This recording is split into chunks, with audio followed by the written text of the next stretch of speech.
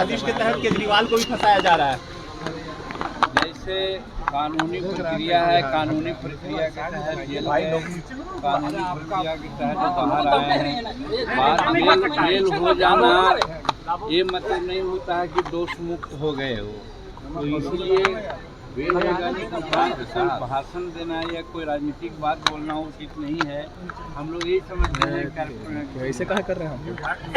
कानूनी प्रक्रिया के तहत वो गए थे, कानूनी प्रक्रिया के तहत आए हैं।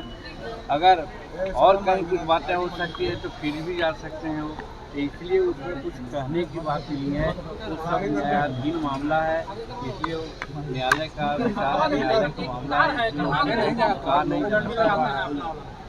सर, SC/ST का जो फैसला आया है सुप्रीम कोर्ट का, कैबिनेट ने भी कल बैठक की है और कहा है कि कोई क्रीमी लेयर यानी कि कोटे में कोटा नहीं हो सकता है। देखिए, क्रीमी लेयर और कोटा में कोटा ये दो बात है। हम भी मंत्रिमंडल में थे, हमारी बातें भी हुई हैं। क्रीमी लेयर नहीं होना चाहिए, ये प्रधानमंत्री जी का निर्देश से बात सही है कि शेड्यूल कास्ट के जो लोग हैं उसमें क्रीमी लेयर करके जैसे OBC में है उस तरह का नहीं होना चाहिए। लेकिन समाज में कुछ वैसे लोग हैं जो आज भी हाशिए पर हैं, 76 वर्ष के बाद भी, उनके लिए तो व्यवस्था होनी चाहिए। और इसी को कहा जाता है कि अगर कोटा में कोटा करें, जैसे जनसंख्या के आधार पर सारी बातें होती है, इसमें हमारी मानना है और हमने भी कल कहा है कि कास्ट में बिहार में 21 जातियाँ हैं।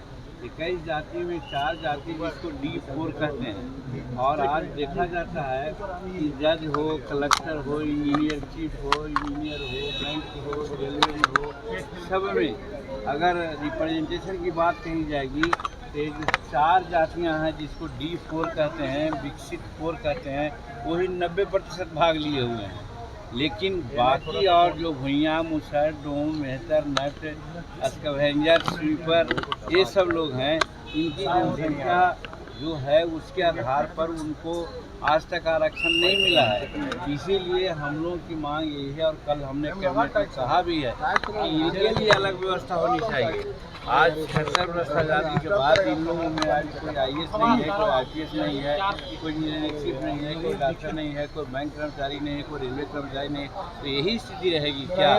इसलिए क्रीमी लेयर की बात न कीजिए, लेकिन जिसकी जितनी जनसंख्या है उसके आधार पर उनको आरक्षण मिलना चाहिए। सर, चिराग पासवान का कहना है कि जीतन राम मांझी